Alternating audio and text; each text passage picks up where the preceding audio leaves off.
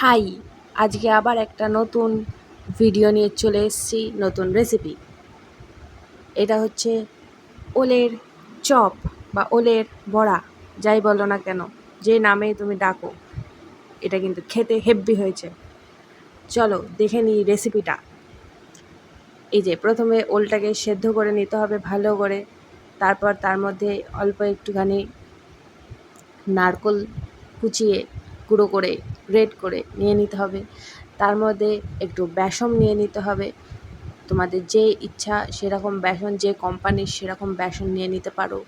তার মধ্যে নিয়ে নিতে পারো একটু লঙ্কা কুচো কুচো করে, কারণ একটু মিষ্টি মিষ্টি ঝাল ঝাল ভাল লাগবে।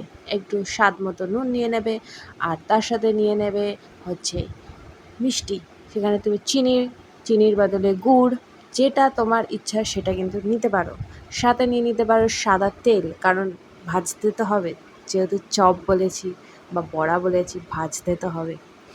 এবার সব একটা বড় বাটিতে নেবে, নিয়ে মিক্সড করে নেবে।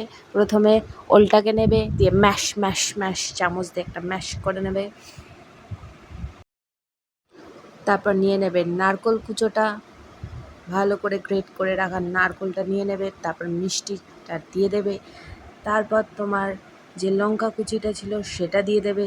তার মধ্যে স্বাদ মতো তোমরা নুন দিয়ে দেবে, নিয়ে ভালো করে মিক্সড করে নেবে, একদম সুন্দর করে মিক্সড করে নেবে।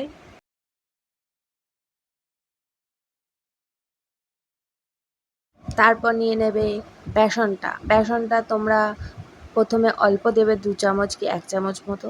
তারপর যদি মনে হয় যে বেশি তোমাদের মিক্সচারটা একটু জল বেশি রয়েছে, বাইন্ডিংটা ঠিক হচ্ছে না, তখন তোমরা প্রয়োজন মতো নিয়ে নিতে পারো।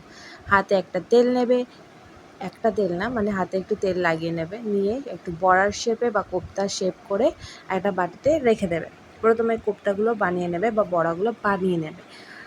তারপর তেল দিয়ে দেবে কড়াটা কিন্তু গরম করে নিয়ে বসাবে।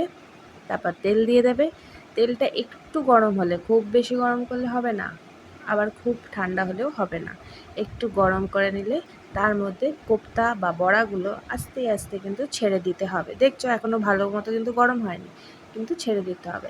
আর এটা বেশিক্ষণ টাইম লাগে না, কারণ সেদ্ধ তো আগেই করা হয়ে গেছিলো, তো বেশিক্ষণ রান্না করতে লাগবে না। জাস্ট লাল লাল হয়ে গেলে দুপিঠটা নাবিয়ে ফেললেই হয়ে যাবে। এই যে সবগুলো দেওয়া হয়ে গেছে, ভাজা চলছে।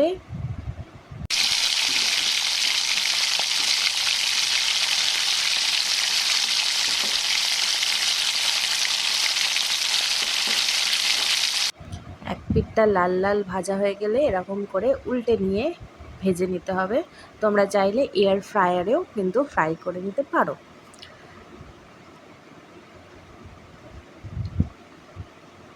এবার এই পাশটাও দেখছো লাল লাল হয়ে গেছে, এবার কিন্তু নাবিয়ে ফেলতে হবে। ব্যাস হয়ে গেল রেডি। চট জলদি, কতক্ষণ লাগলো।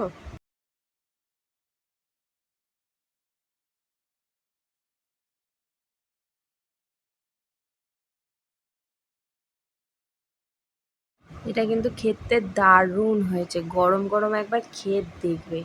মিষ্টি মিষ্টি ঝাল ঝাল অসাধারণ খেতে হয়েছে। না আছে পেঁয়াজ, না আছে রসুন, না কোনো আমিষ, কিচ্ছু নেই, নিরামিষ একটা ব্যাপার।